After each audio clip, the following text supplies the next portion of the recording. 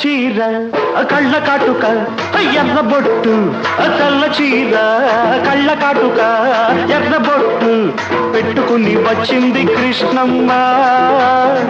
ఏదో కబురు పట్టుకొచ్చింది కృష్ణమ్మ ఆ కబురేమిటమ్మా ఈ పరుగెందుకమ్మా ఆ కబురేమిటమ్మా